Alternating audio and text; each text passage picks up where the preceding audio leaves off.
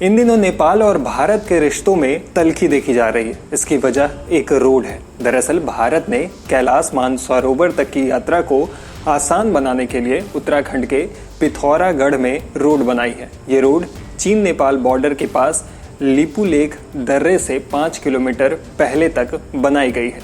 इस सड़क के उद्घाटन के बाद नेपाल ने इसे लेकर कड़ी आपत्ति जतानी शुरू कर दी। हालांकि पहले इस एरिया में नेपाल से कभी विवाद नहीं रहा है, लेकिन अब नेपाल का कहना है कि ये उसका इलाका है जिस पर भारत अतिक्रमण कर रहा है।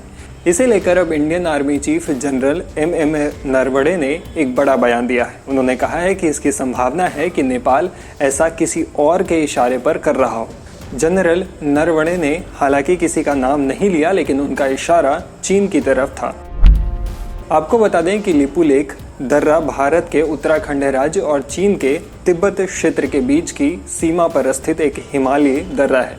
नेपाल इसके दक्षिणी हिस्से, जिसे काला पानी कहा जाता है, को अपना हिस्सा मानता है, जो कि 1962 से ही भारत के कंट्रोल में है। हालांकि नेपाल का दावा है कि 1816 की सुगौली संधि के मुताबिक लिपुलेख दर्रा उसके इलाके में पड़ता है, इसलिए यहाँ पर भारत की तरफ से रोड बनाना गलत है। आपको बता दें कि सुगौली संधि 1816 में ईस्ट इंडिया कंपनी और नेपाल के बीच हुई थी। नेपाल का कहना है कि सुगौली संधि भारत के साथ उसकी पश्चिमी सीमा तय करती है। सुगौली संधि के अनुसार महाकाली नदी के पूरब का इलाका, जिसमें काला पानी, लिपियाधुरा और लिपुलेख शामिल हैं, नेपाल के इलाके हैं। इतना ही नहीं, लिपुलेख दर्रे से लगे और रणनीतिक तौर से काफ़ी अहम माने जाने वाले काला पानी के इलाके पर भी नेपाल अपना दावा करता रहा है।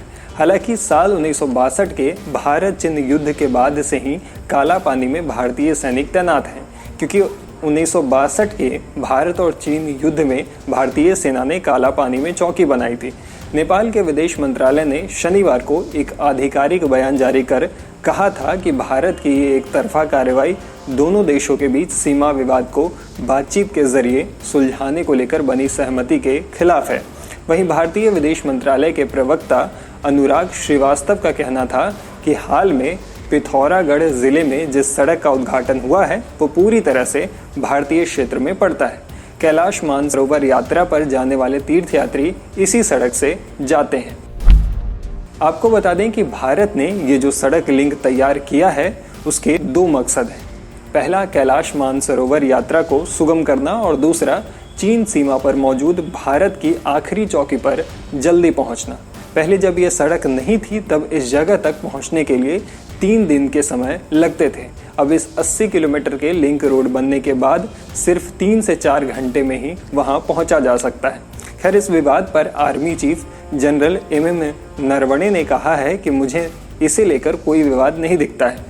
नेपाल के राजदूत ने भी कहा कि काला पानी नदी के ईस्ट साइड का एरिया उनका है, इसे लेकर कोई विवाद नहीं है।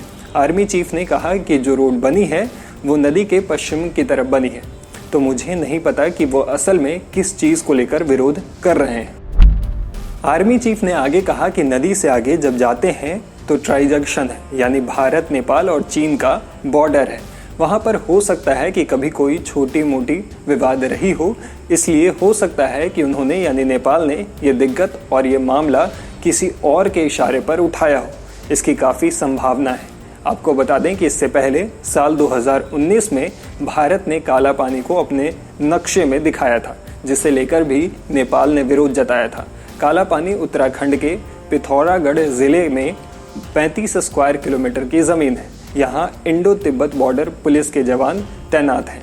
भारतीय राज्य उत्तराखंड की नेपाल से 80.5 किलोमीटर की सीमा लगती है और 344 किलोमीटर चीन से। काली नदी का उद्गम स्थल काला पानी से ही है। भारत ने इस नदी को भी नए नक्शे में शामिल किया है।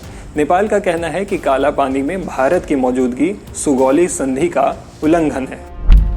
खैर, इस मामले को लेकर आप क्या सोचते हैं हमें कमेंट बॉक्स में लिखकर ज़रूर बता दें। इस तरह के और भी इन्फॉर्मेटिव वीडियोस को देखने के लिए हमारे यूट्यूब चैनल द Z+ को सब्सक्राइब कर लें, और अगर आप ये वीडियो फेसबुक पर देख रहे हो तो हमारे पेज को लाइक करें, फॉलो कर लें। शुक्रिया।